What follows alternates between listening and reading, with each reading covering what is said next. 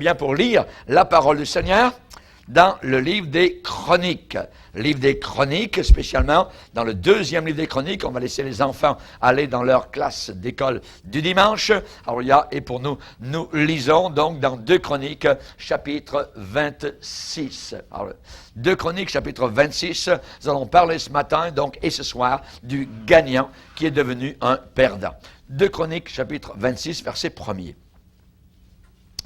Tout le peuple de Juda prit Osias, âgé de 16 ans, et l'établit roi à la place de son père, Amazia. Osias rebâtit Éloth et la fit rentrer sous la puissance de Juda, après que le roi fut couché avec ses pères. Ça veut dire qu'il soit mort. Osias avait 16 ans lorsqu'il devint roi, et il régna 52 ans à Jérusalem. Sa mère s'appelait Jécolia de Jérusalem. Il fit ce qui est droit aux yeux de l'Éternel entièrement comme avait fait Amazia, son père. Il s'appliqua à rechercher Dieu pendant la vie de Zacharie, qui avait l'intelligence des visions de Dieu. Et dans le temps où il rechercha l'Éternel, notez bien, Dieu le fit prospérer.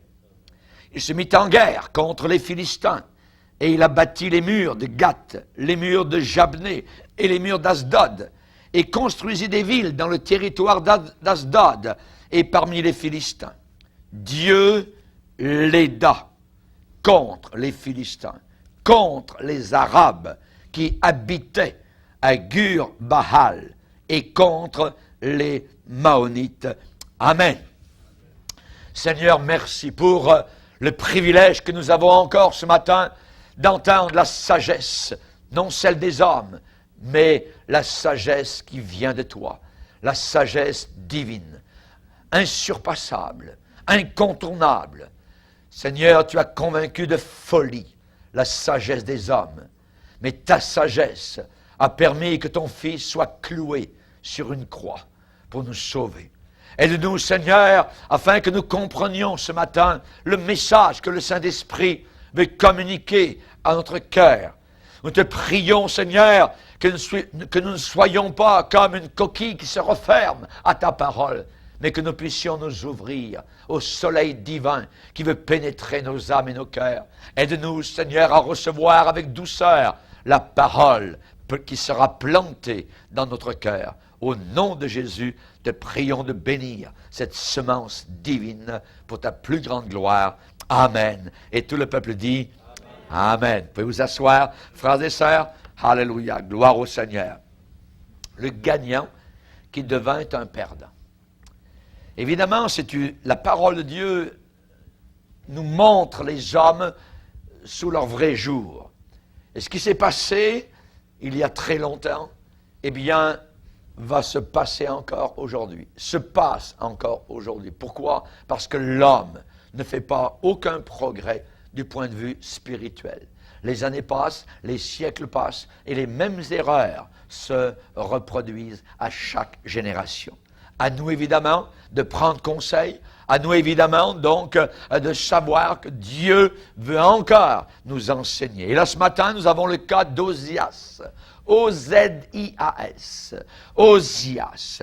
Osias est un roi, si on résume sa vie, qui a bien commencé et qui a mal fini. Le désir de ma vie, personnellement, c'est de bien finir.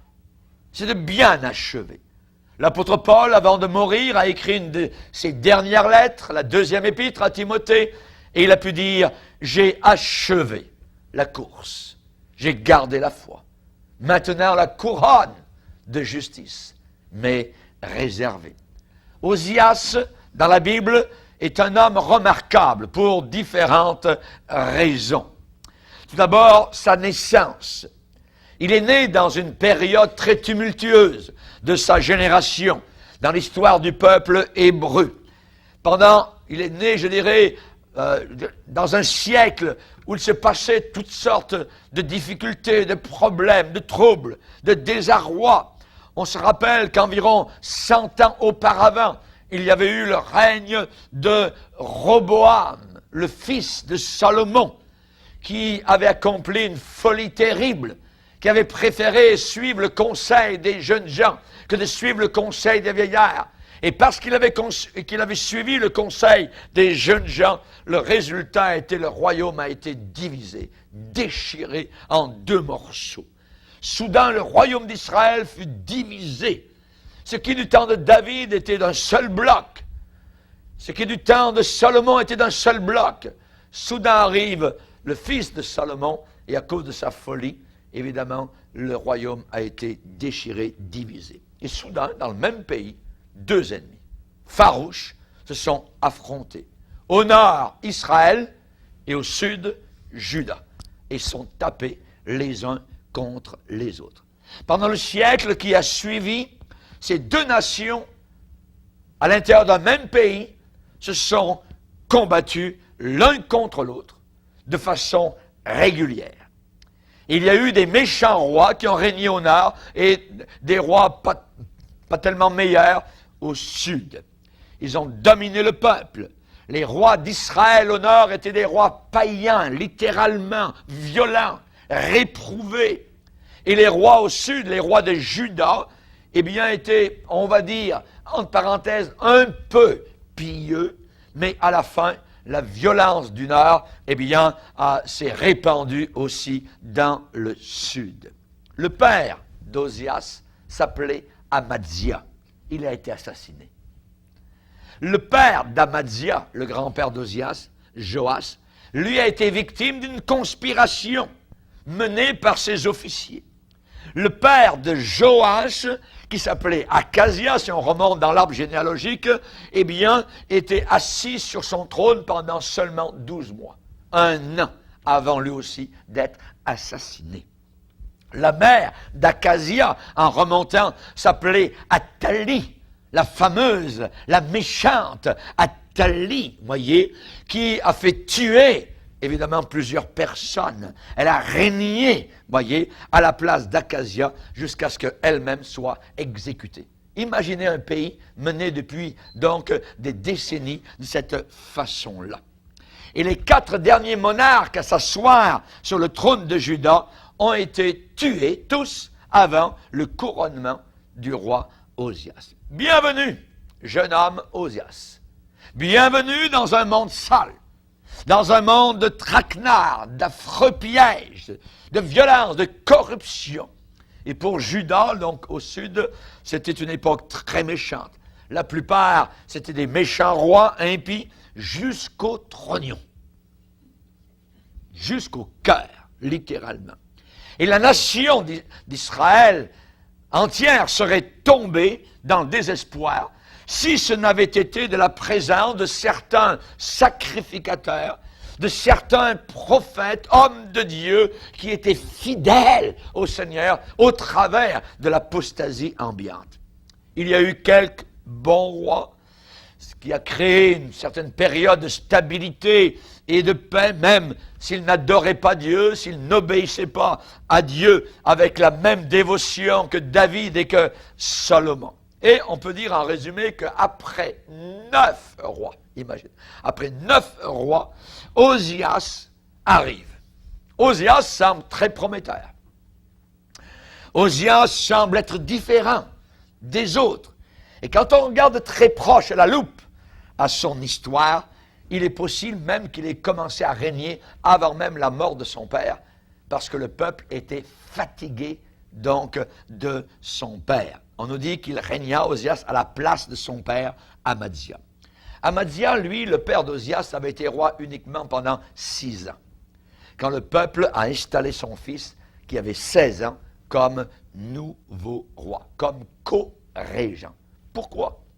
Eh bien, parce que le père d'Ozias, la Bible dit que ce père s'appelait Amadzia, et il y a une phrase au sujet du père qui dit « Il fit ce qui est droit aux yeux de l'Éternel, mais avec un cœur qui n'était pas entièrement dévoué. » Est-il possible d'aimer Dieu, de servir Dieu, mais avec un bémol, avec un hic, avec un cœur qui n'est pas entièrement consacré, dévoué au Seigneur. C'est le cas du père d'Ozias, qui s'appelait Amadzia.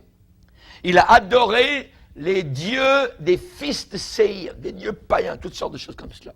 Et la Bible a beaucoup à dire aux personnes qui ne sont pas résolues. La Bible dit dans Jacques, dans le Nouveau Testament, un homme irrésolu, inconstant dans toutes ses voies, qui ne s'imagine pas qu'il recevra quoi que ce soit de la part du Seigneur.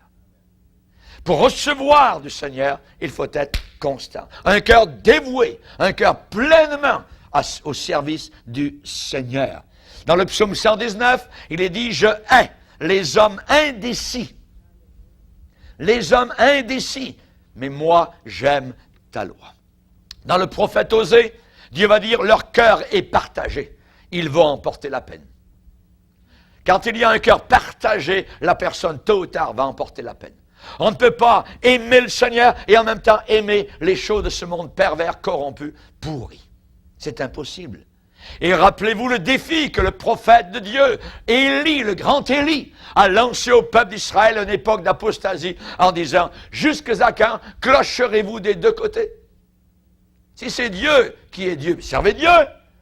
Si c'est le diable que vous voulez servir, mais servez le diable. Mais vous ne pouvez pas servir le diable et Dieu en même temps. Voyez? Et il est dit que le père d'Ozias servait Dieu, mais avec un cœur qui n'était pas entièrement dévoué. Le problème de l'église d'Éphèse, où Jésus-Christ est venu, vous savez que le Seigneur a un œil sur toutes ces églises. Et il en a visité 7, qui représentent toutes les églises de la terre à toutes les époques. Et il a visité une église qui s'appelait Éphèse. Et l'église d'Éphèse, une église qui combattait, qui luttait, qui restait fidèle au Seigneur. Le Seigneur dit, je connais tes œuvres, je connais ton travail. Une église qui travaillait, qui persévérait, je connais ta persévérance. Je sais que tu ne peux pas supporter les méchants. Très bien, bravo, formidable, continue. Je sais que tu as éprouvé ceux qui se disent envoyés de Dieu et qui ne le sont pas. Oh, on peut dire c'est magnifique dans cette église-là. Tu les as trouvés menteurs. Je sais que tu as de la persévérance. Tu as souffert à cause de mon nom. Tu as souffert à cause de mon nom. Voyez, tu ne t'es pas lassé. Tu as continué. Très bien, bravo. Mais, quand le Seigneur dit mais, nous devons faire attention. Parce qu'après le mais, arrive une puissante vérité, je dirais presque une claque de la part du Seigneur. Voyez, mais, ce que j'ai contre toi, c'est que tu as abandonné ton premier amour. Rendez compte? Le père d'Ozias servait Dieu, il faisait ce qui était droit, mais avec un cœur qui n'était pas entièrement dévoué. Et là, l'église d'Éphèse est une église qui peut servir Dieu, qui persévère, qui souffre, qui lutte, qui connaît la bonne doctrine, tout ça. Mais, ce que j'ai contre toi, qu'est-ce que tu as contre moi, Seigneur? Ce que j'ai contre toi, c'est que tu as abandonné. J'ai abandonné? Oui, ton premier amour. Tu as abandonné ton premier amour. C'est un grave problème à mes yeux, d'abandonner ton premier amour. Il n'y a plus cette flamme, il n'y a plus ce feu, il n'y a plus ce zeste, cette joie. Et là, l'église d'Éphèse était véritablement en train de vivre des problèmes. Tout en servant Dieu, mais avec un cœur qui n'était pas entièrement dévoué. Seigneur, garde-moi de cela. Ça peut m'arriver. Et je veux être entièrement dévoué au Seigneur. Amen. On peut servir Dieu sans amour. C'était le problème d'Éphèse. Servir Dieu sans amour. Ça veut dire que Amadzia, le père d'Ozias, aurait très bien trouvé sa place dans les bancs de l'église d'Éphèse. Il ne voulait pas vraiment obéir à Dieu. Il était sur la barrière. Il était un homme instable.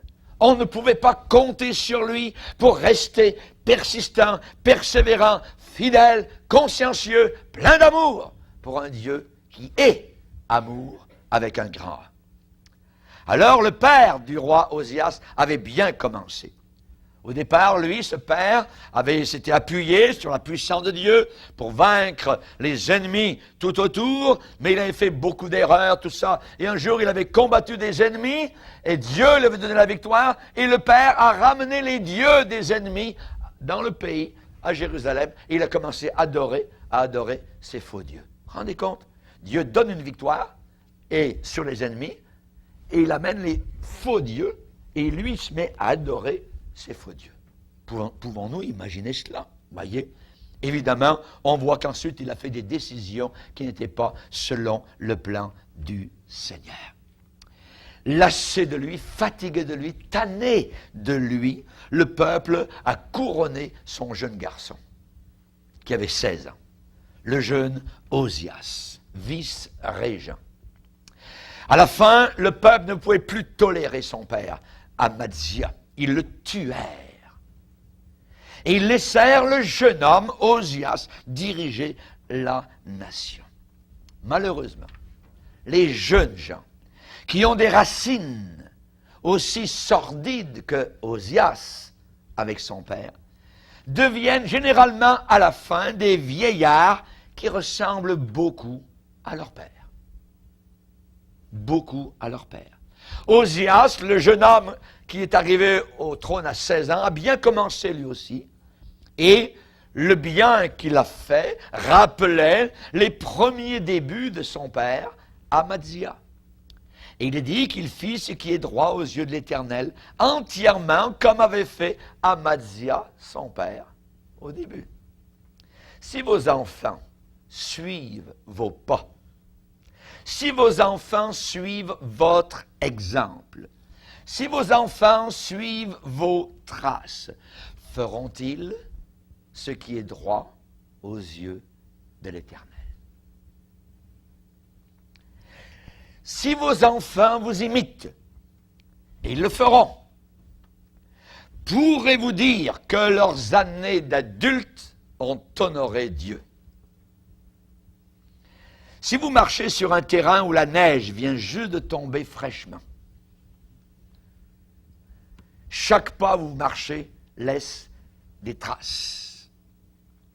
Et votre enfant suit derrière, et il peut très bien voir les traces de papa.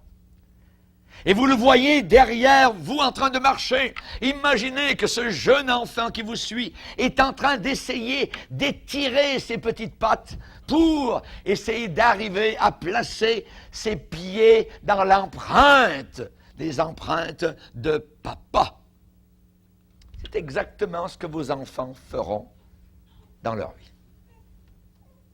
Nous voyons cela dans la vie d'Osias. Osias a marché dans les bonnes traces au début de sa vie, juste comme son père.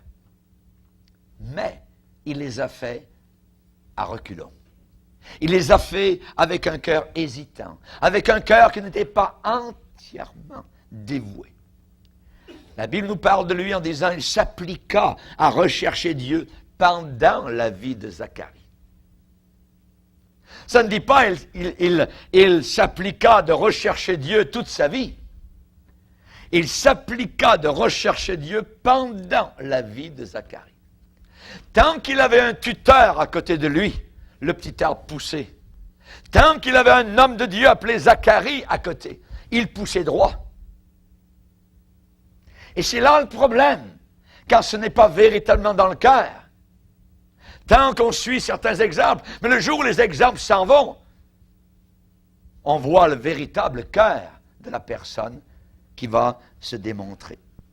Et ça dit que dans le temps, cependant, où il rechercha l'Éternel, Dieu le fit prospérer. Quel amour! Très important. Dans le temps, dans l'époque où il rechercha l'Éternel, Dieu le fit prospérer. Nous ne devons pas passer rapidement sur ces 10 mots. Ils sont très importants. Il y a un très grand principe là. Ça veut dire que rechercher Dieu va amener la prospérité. Ça ne veut pas dire nécessairement sur le plan financier. Ça ne veut pas dire nécessairement richesse matérielle, réputation à grande échelle. Ça ne veut pas dire prospérité par rapport à ce que le monde considère comme étant un signe de prospérité ou de réussite. Mais ça signifie que Dieu, de sa propre façon inimitable, lui va se servir de toi, va t'utiliser, va te bénir, va te faire prospérer dans le temps où tu vas le rechercher.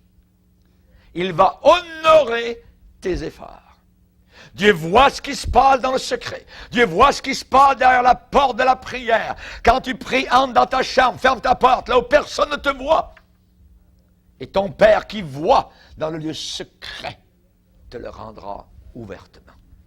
Dans le temps où il rechercha l'Éternel, Dieu le fit prospérer. Joseph a prospéré. On nous dit qu'il était un esclave. Il avait été vendu par ses frères. Il travaillait comme un esclave dans la maison de son maître en Égypte. Mais il est dit que là même, Dieu le fit prospérer. Ça veut dire que Dieu le bénissait. Dieu le remplissait de sagesse, de bonnes paroles. Il était vaillant. Il accomplissait bien le travail de son maître. Et même le païen, le patron païen, voyait que Dieu était avec lui. Joseph cherchait le Seigneur. Joseph s'abandonnait toujours entre les mains de Dieu, jusqu'au jour où vous savez ce qui lui est arrivé. Il était en prison, et de la prison, il est passé au poste de premier ministre de tout le pays d'Égypte. Dans le temps où il rechercha l'Éternel, Dieu le fit prospérer. Ça vaut la peine de chercher Dieu. Pas uniquement pour avoir la prospérité, mais pour l'aimer, le servir de tout notre cœur. Et on voit qu'évidemment Osias a bien commencé, l'œuvre d'un bon roi, et à cause de la grâce de Dieu qui était sur sa vie, eh bien Dieu l'a fait prospérer de plusieurs manières, comme s'attendrait à un roi qui réussit. Tout d'abord, conquête militaire. Voyez, Osias était un général d'une très très grande capacité, un homme d'État sage, habile, plein de compassion. Lorsqu'il attaquait les ennemis d'Israël, il ne pillait pas simplement son ennemi après l'avoir conquis. Oui, il était vainqueur de ces nations parce qu'elles avaient un potentiel dangereux contre le pays. Mais ensuite, après les avoir vaincus, eh bien, Osias faisait que ses voisins deviennent des voisins paisibles. Comment ça? En les traitant avec compassion. Après les avoir vaincus, il les traitait avec compassion. Mais le plus important, c'est le petit mot qu'on a lu ce matin, Dieu l'aida. Dieu l'aida. Le Saint-Esprit nous aide dans notre faiblesse. Et Dieu l'aida. Tu as besoin d'aide. On ne peut pas s'en tirer tout seul. Jésus l'a dit, sans moi, vous ne pourrez rien faire. Rien faire. Dieu l'aida. Ensuite, il a prospéré. Pourquoi? Parce qu'il a eu de la notoriété, du respect. On l'a respecté. Il est dit que les Ammonites faisaient des présents à Osias. Ça veut dire qu'ils payaient des tributs, comme ils payaient des impôts, voyez, au roi Osias. Et sa renommée s'étendit jusqu'aux frontières de l'Égypte, parce qu'il devint très puissant. Dans le monde ancien, payer un tribut, faire des présents, c'était de l'argent où l'on payait la paix. C'était de l'argent d'apaisement. Ça voulait dire, Monsieur le roi Osias, nous vous amenons aujourd'hui tant de lingots d'or, tant de ceci, tant de cela. Nous respectons votre puissance sur nous. S'il vous plaît, acceptez ce don, ce présent, comme un gage, un signe de notre loyauté envers vous. Et nous sommes reconnaissants de ce que vous ne nous avez pas balayé, écrasé, anéanti complètement. Merci beaucoup, Monsieur le roi Osias. On paye un tribut. Et il est dit que Osias était respecté parce que Dieu l'aidait. Ensuite, il y avait une prospérité. Il a fait des plans sages à l'intérieur du pays. Voyez, il a réalisé ses plans, il les a accomplis. Et avec la grâce de Dieu, eh bien, le Seigneur lui accorda de très très bons résultats. Voyez, et la Bible nous dit, si l'Éternel ne bâtit pas la maison, ceux qui la bâtissent travaillent pour rien. Vous pouvez gagner beaucoup d'argent, mais si Dieu ne bénit pas cet argent, c'est comme si vous le mettez dans un sac percé. Soudain, vous prenez les nouvelles à la radio le matin. Tiens, la bourse a fait un crash. Oh, oh, oh. Je viens de perdre tant de millions. Vous voyez? Non, si Dieu bénit, le sac n'est pas percé. Mais si Dieu ne bénit pas, vous pouvez en mettre, ça tombe. Dieu le dit, vous relirez le prophète Agé. Vous avez amassé, vous avez ramassé, mais j'ai soufflé dessus. Et quand Dieu souffle, il ne reste pas grand-chose. Même pas la poussière. Rien. Vous vous retrouvez sur le bien-être social. Chers amis, remercions le Seigneur. Et c'est la raison pour laquelle nous payons nos dîmes et nos offrandes au Seigneur. Le 10% que nous amenons à la maison de Dieu, c'est pas parce que le pasteur a décidé, ou chez vous, dans votre église, blablabla. Non! C'est une reconnaissance au Dieu qui nous donne un cœur qui bat, un muscle qui peut travailler, un réveil matin que l'on entend pour aller travailler, prendre l'autobus.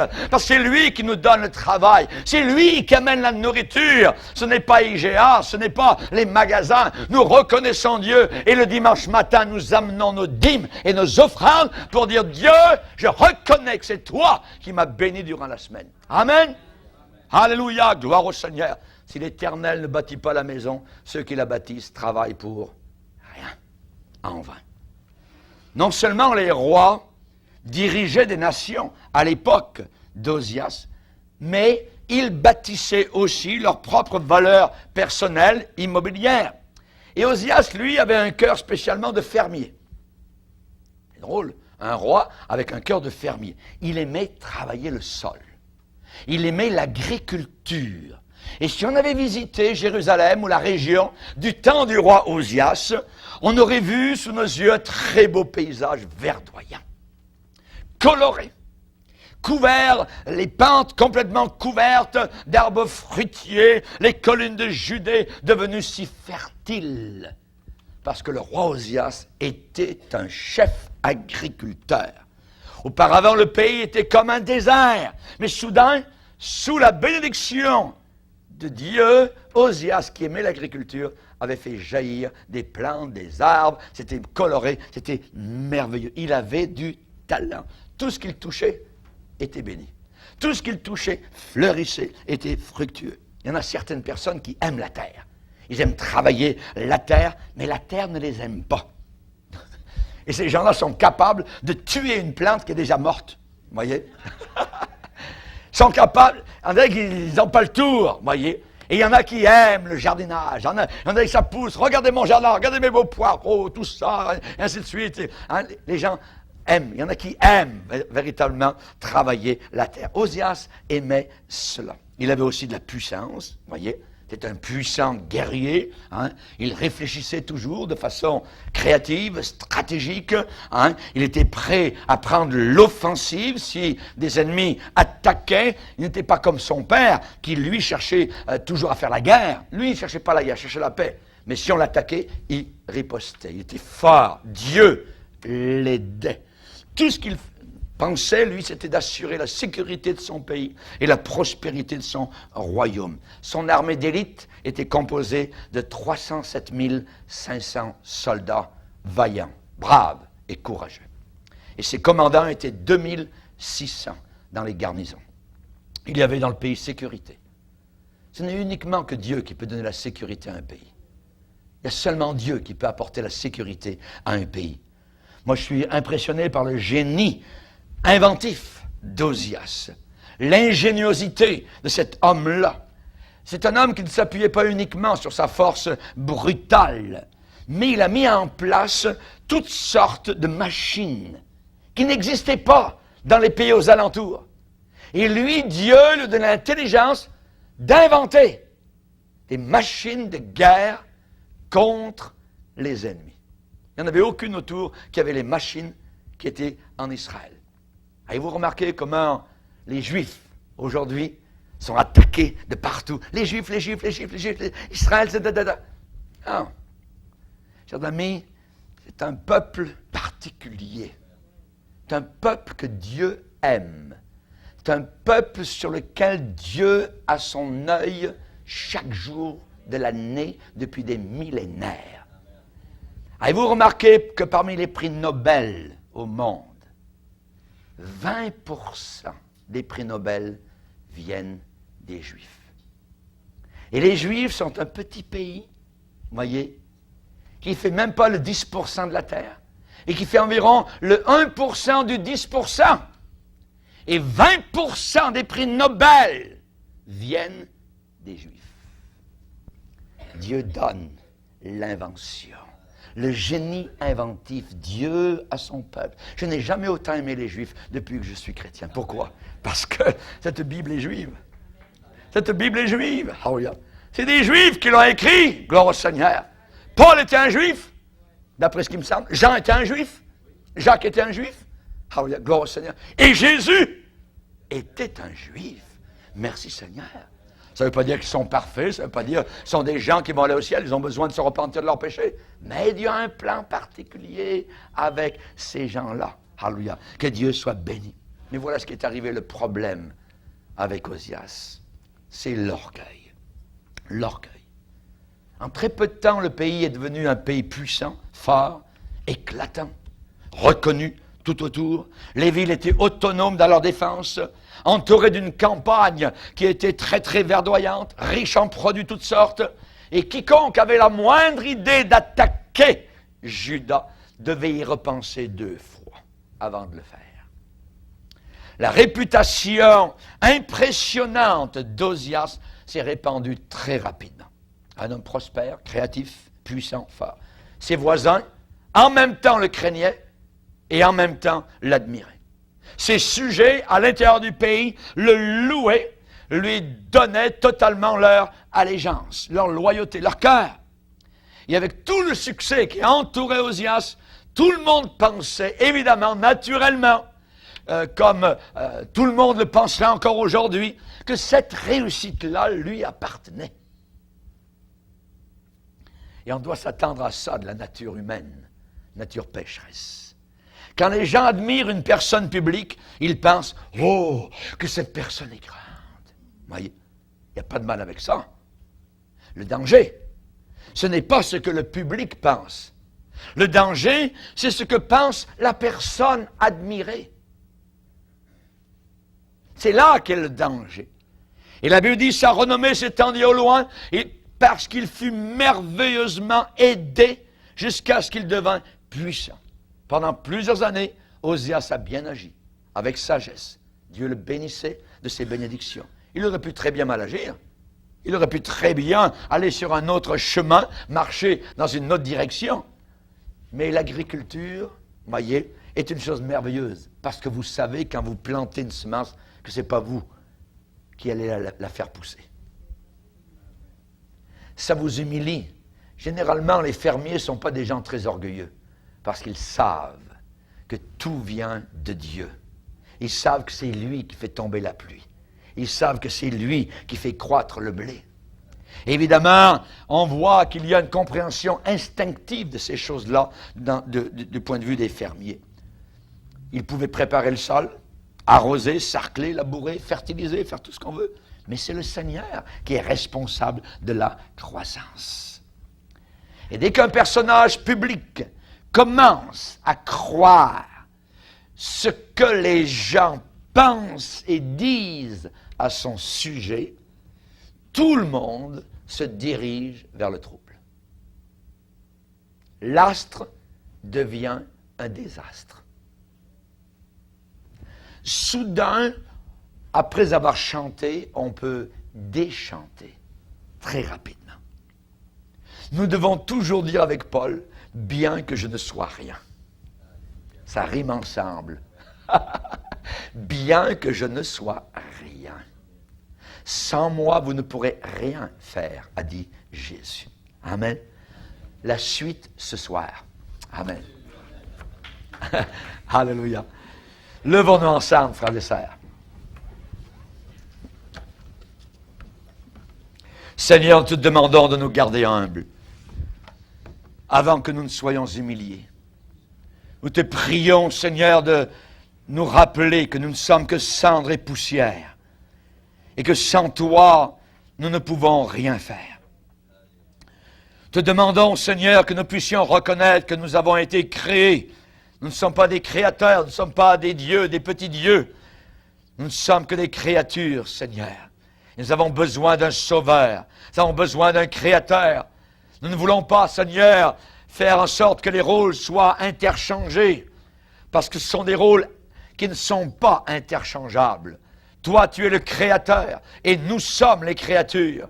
Et nous sommes bien, Seigneur, à l'intérieur des frontières que tu as tracées pour nous. Nous te demandons, Seigneur, qu'après la bénédiction que tu nous as accordée, après les bienfaits que tu nous donnes, aide-nous à rester petits à nos propres yeux.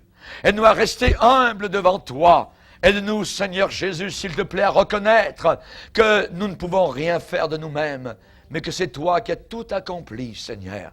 Merci pour la vie que tu nous donnes. Merci pour les bienfaits que tu répands sur chacune de nos vies. Les tables que tu remplis, Seigneur. Aide-nous régulièrement à incliner notre cou, Seigneur, et notre tête devant les bons plats qui sont sur nos tables. Merci, Seigneur, pour les maisons que tu nous donnes, les toits que tu nous accordes, la chaleur que tu permets, les vêtements, Seigneur. Merci pour tout ce que tu nous donnes. Et surtout, Seigneur, de nous avoir revêtus de ta puissance dans un hiver spirituel qui s'en vient sur le monde entier.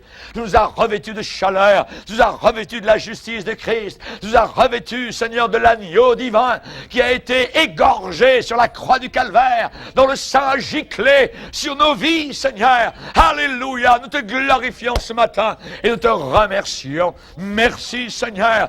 Merci, Seigneur, pour tout ce que nous avons entendu ici ce matin.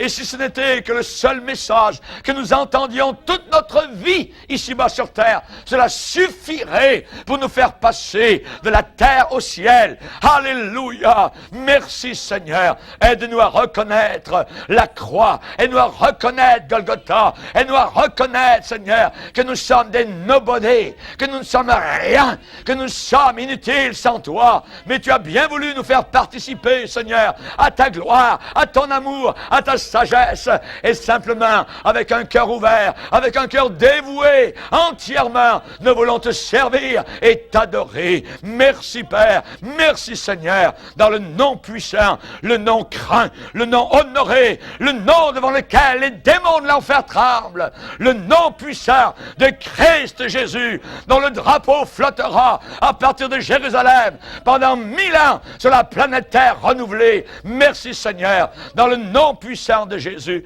nous te remercions et te glorifions. Amen. Alléluia et Amen. Louons le Seigneur quelques instants.